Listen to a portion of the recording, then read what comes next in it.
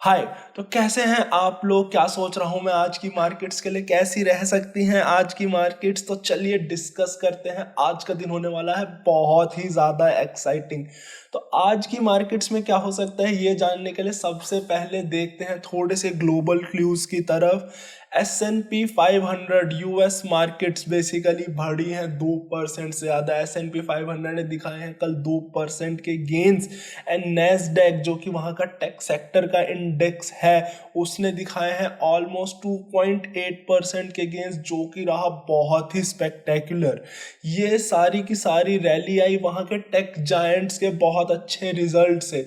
कल की जो वहाँ की मेन रैली थी उसे लेड करा फेसबुक ने। फेसबुक के आए बहुत स्पेक्टेकुलर रिजल्ट्स एंड उसके स्टॉक ने भी देखी एक 10% की रैली।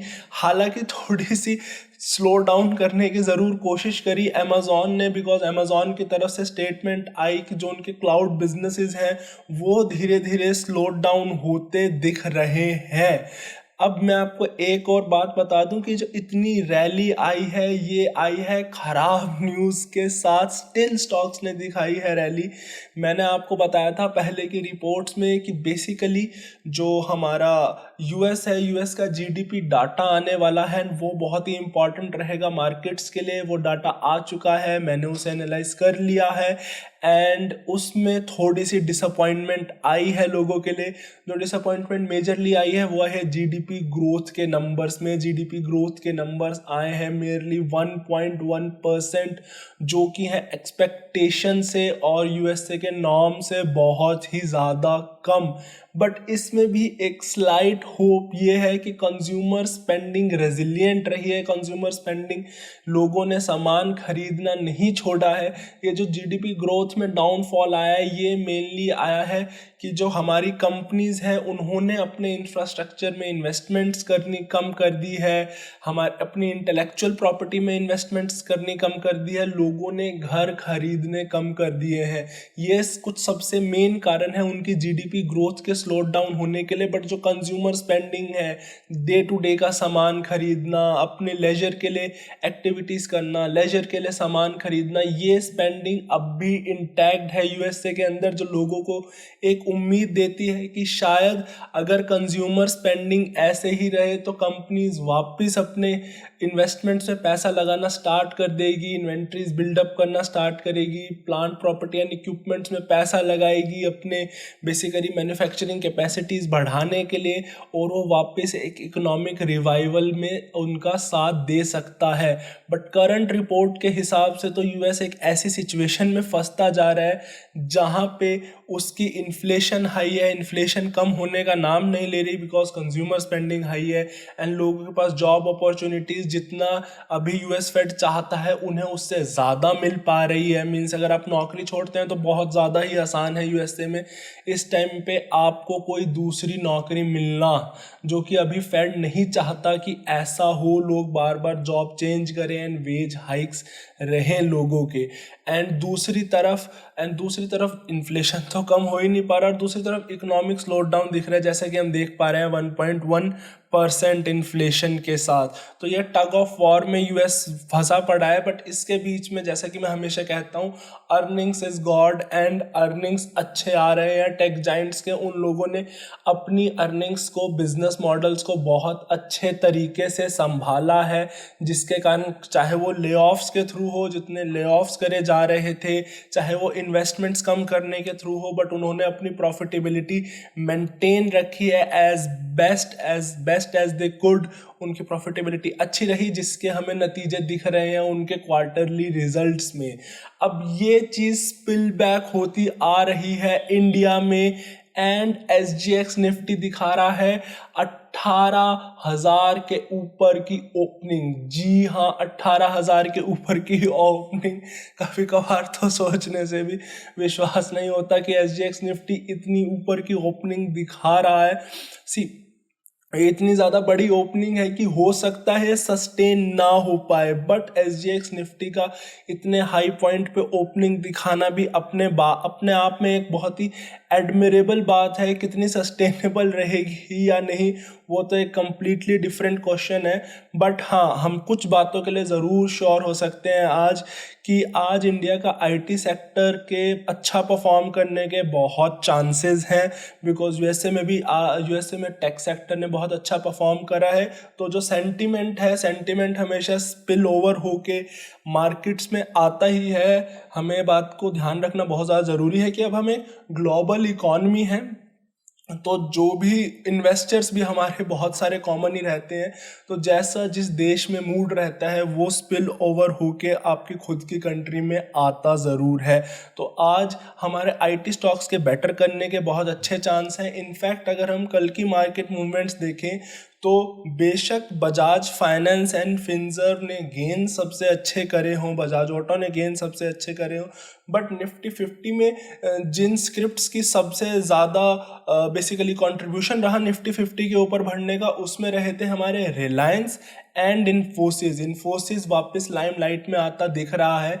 कल हमारे आईटी सेक्टर ने अच्छा परफॉर्म करा था। अगर आज भी आईटी सेक्टर अच्छा परफॉर्म करता है यूएस से क्लूज लेकर, तो वो एक बहुत अच्छी चीज़ हो सकती है इंडिया के लिए। एक और अच्छी चीज़ है जो आजकल रिसेंट डेज में हो रही है, आई डोंट नो आपने उसे नोटिस करा है या नहीं करा है, कि जो यूएस डॉलर है वो अब थोड़ा सा स्लगिश हो गया है। वो अब इंडिया के मुकाबले, आईएनआर के मुकाबले अप्रिशिएट नहीं कर रहा, बल्कि थोड़ा सा डिप्रिशिएट ही कर रहा है, जिसके कारण जब यूएस के इन्वेस्टर्स अपना पैसा इंडिया से वापस लेके जाते हैं तो उनके रिटर्न्स में उन्हें कट ऑफ नहीं करना पड़ता, उनके रिटर्न्स कट नहीं हो जाते जस्ट यूएस डॉलर के अप्रिशिएट होने के कारण। तो इसके कारण भी लोग इंडियन इक्विटीज़ में थोड़े ज़्यादा इंटरेस्टेड रहेंगे, एफआईआईज, एंड ये दिख भी रहा है कल के मार्केट के डाटा से। कल करी है एफआईआईज ने बहुत ज़ोर की बाइंग, उन्होंने करे हैं ऑलमोस्ट 1200 करोड़ की बाइंग करी है। एंड इनफैक्ट डीआईआईज भी रहे हैं बहुत मार्जिनली बाइंग के अंदर, उन्होंने भी करी है 92 करोड़ की बाइंग। बहुत रेयरली ही ऐसा होता है कि डीआईआईज और एफआईआई सेम ही पेज पे रहे। हाँ, मुझे ये ज़रूर लगता है कि आज हो सकता है कि डीआईआईज वापस सेलिंग करने लग जाएं और एफआईआईज बाइंग पे ही रहें, बिकॉज एफआईआईज का मूड इस टाइम पे बहुत अच्छा है। अच्छा हो भी क्यों ना, यूएस मार्केट्स इतने अच्छे से जो परफॉर्म कर रही हैं। अब आते हैं कुछ की major resistance and support levels पे जो मेरे दिमाग में है इस टाइम पे। बेसिकली 17,800 और 17,700 जो कि एक बहुत मेजर रेजिस्टेंस लेवल था पहले, अब काफ़ी हद तक एक सपोर्ट लेवल बन चुका है। वहाँ पे बहुत अच्छे से पुट राइटिंग आ चुकी है, बहुत ही ज़्यादा बढ़िया अमाउंट में। तो ये तो था हमारा सपोर्ट लेवल्स के बारे में। अगर हम बात करें बैंक निफ्टी के बारे में, तो बैंक निफ्टी में अगर हम देखें तो 42,500, 42,800 और 43,000 स्लाइटली अब एक सपोर्ट लेवल बनता जा रहा है। हालांकि एक कॉशन की बात यह है बैंक निफ्टी में कि 43,000 पर भी हो रखी है कॉल राइटिंग। सो या तो लोग अपना शॉर्ट स्ट्रेडल बनाने की सोच रहे हैं उस पोजीशन पे, इसलिए वहाँ पे कॉल राइटिंग इतनी है पुट राइटिंग के साथ, या लोग अब भी कॉशियस हैं कि क्या 43,000 का लेवल सस्टेन हो पाएगा। अगर निफ्टी आज ओपन करता है 18,000 के ऊपर तो इन लोगों के लिए थोड़ी दिक्कत हो सकती है, क्योंकि देखिए ऑलरेडी विक्स बहुत कम है, तो हमारे इंडेसेस में हमें प्रीमियम्स बहुत ज़्यादा कम मिल रहे हैं, खासकर निफ्टी में हो गया, बैंक निफ्टी में हो गया, तो प्रीमियम्स इस टाइम पे बहुत ज़्यादा कम चल रहे हैं, जिसके कारण अपनी पोजीशंस मैनेज करना एक बहुत ही डिफ़िकल्ट टास्क हो चुका है आज के ऑप्शन सेलिंग एनवायरनमेंट में। उस चीज़ का हमें ज़रूर ध्यान रखना चाहिए। एंड जिन लोगों ने ऑलरेडी कॉल सेल कर रखी है उनके लिए बहुत ज़्यादा मुश्किल हो जाएगा अगर ओपनिंग ही इतनी हाई हो।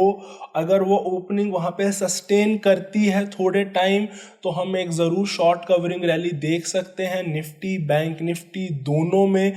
इनफैक्ट हमें फाइनेंशियल फिन निफ्टी को नहीं भूलना चाहिए, क्योंकि फिन निफ्टी के काफ़ी बड़े किरदार बजाज फाइनेंस ने काफ़ी अच्छे से परफॉर्म करा है मार्केट्स में, तो हमें फाइनेंशियल निफ्टी को नहीं भूलना चाहिए। In fact financial Nifty recent days में वॉल्यूम्स भी काफ़ी अच्छे दिखा रहा है एंड एक काफ़ी अच्छी अपॉर्चुनिटी बनता जा रहा है लोगों के लिए ट्रेड करने के लिए। और एक ऑलवेज बहुत अच्छी बात है अगर हमारे पास और भी इंडेसेस हों जिस इंडेसेस में हम लोग ट्रेड ले सकें। मैं तो ज़रूर चाहूँगा कि हर सेक्टर का एक इंडेसेस होनी चाहिए हमारे पास, जिसमें हम ऑप्शंस, फ्यूचर्स, बाकी डेरिवेटिव्स ट्रेड कर सकें। गिव्स यू मीन्स स्क्रिप्ट से थोड़े ज़्यादा सिक्योर रहते हैं, बट आप एक सेक्टोरल बेट ले सकते हैं अपने इकोनॉमिक नॉलेज के ऊपर, या जितना अच्छा आप मार्केट को समझते हैं उसके बेसिस पे आपको सिंगुलर स्टॉक्स में बेट नहीं लेनी पड़ती है।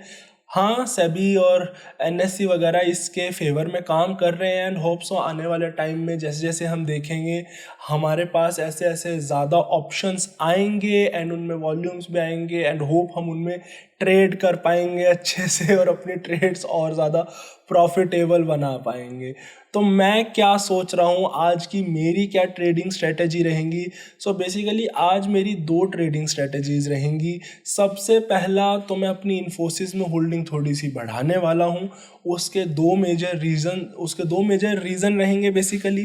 पहला तो है यूएसए के टेक सेक्टर से ग्लिम्पसेस कि यूएसए का टेक सेक्टर थोड़ा बेटर चल रहा है, तो उसके ग्लिम्पसेस इंडिया में आ सकते हैं, उसका स्पिल ओवर। सेकंड मेरा रीज़न ये रहेगा कि वहाँ की कंज्यूमर स्पेंडिंग अब भी इंटैक्ट है एंड हमारा जो इन्फोसिस है उसका मेजर बिजनेस यूएसए से आता है। तो मुझे अभी की रिपोर्ट्स पढ़ के मुझे पर्सनली होप है कि यूएसए का इकोनॉमिक रिवाइवल वापस हो सकता है एंड इन्फोसिस अपने बिजनेसेस वापस ले सकता है।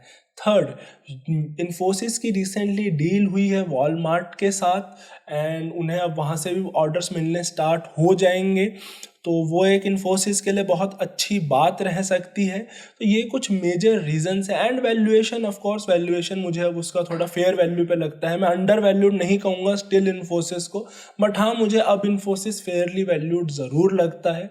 अब हम जाए कि मैं और क्या करने वाला हूँ, तो बेसिकली मैंने पुट कैलेंडर स्प्रेड की स्ट्रेटजी अपनाई थी अपने उसमें। I don't know put calendar spread write name है, मैं कभी भी नाम के साथ अच्छा नहीं रहा, बट हाँ मैंने मई मंथ में पुट ऑप्शन सेल करा था 17,800 का एंड दिसंबर सीरीज़ में मैंने 18,000 का पुट ऑप्शन बाय कर रखा है, जिसके कारण वॉलेटिलिटी बढ़ने से मेरे प्रॉफिट्स इंक्रीज होने के चांसेस है।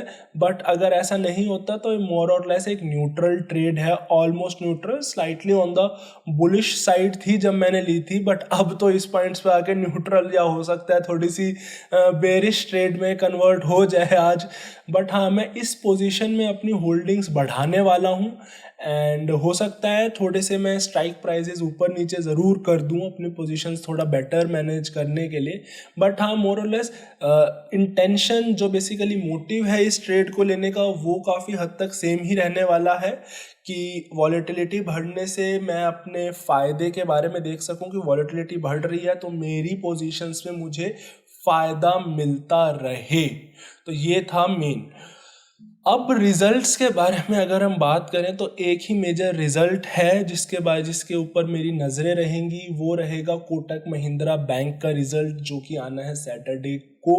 तो आज मेरे हिसाब से कोई मेजर रिजल्ट नहीं है जिसके बेसिस पे मार्केट मूवमेंट हैम्पर हो पाए, तो ये लोगों के लिए थोड़ी रिलीफ की बात है। आज मार्केट कैसे मूव करती है वो देखना बहुत ही इंटरेस्टिंग हो सकता है क्योंकि हमारे एक लॉन्ग वीकेंड है हमारे पास, मंडे की भी छुट्टी है मार्केट्स की। सो ये देखना बहुत इंटरेस्टिंग होगा कि हाँ इस जोन में टाइम पे लोग किन स्टॉक्स में क्या डिलीवरी लेके जाना चाहते हैं, क्या उनकी लॉन्ग टर्म व्यू पॉइंट है 3-4 दिनों के लिए, किस पॉइंट पे वो लोग अपने आप को सेफ सिक्योर फील करते हैं कि हाँ हम 3 दिन के लिए अपना पैसा यहाँ छोड़ के जा सकते हैं भाई। तो ये बहुत इंपॉर्टेंट होने वाला है आज। तो देखते हैं आज की मार्केट्स कैसी रहती है एंड आई होप आज का दिन उतना ही एक्साइटिंग रहे जितना मैं सोच रहा हूँ। Happy trading to all of you, thank you so much for watching.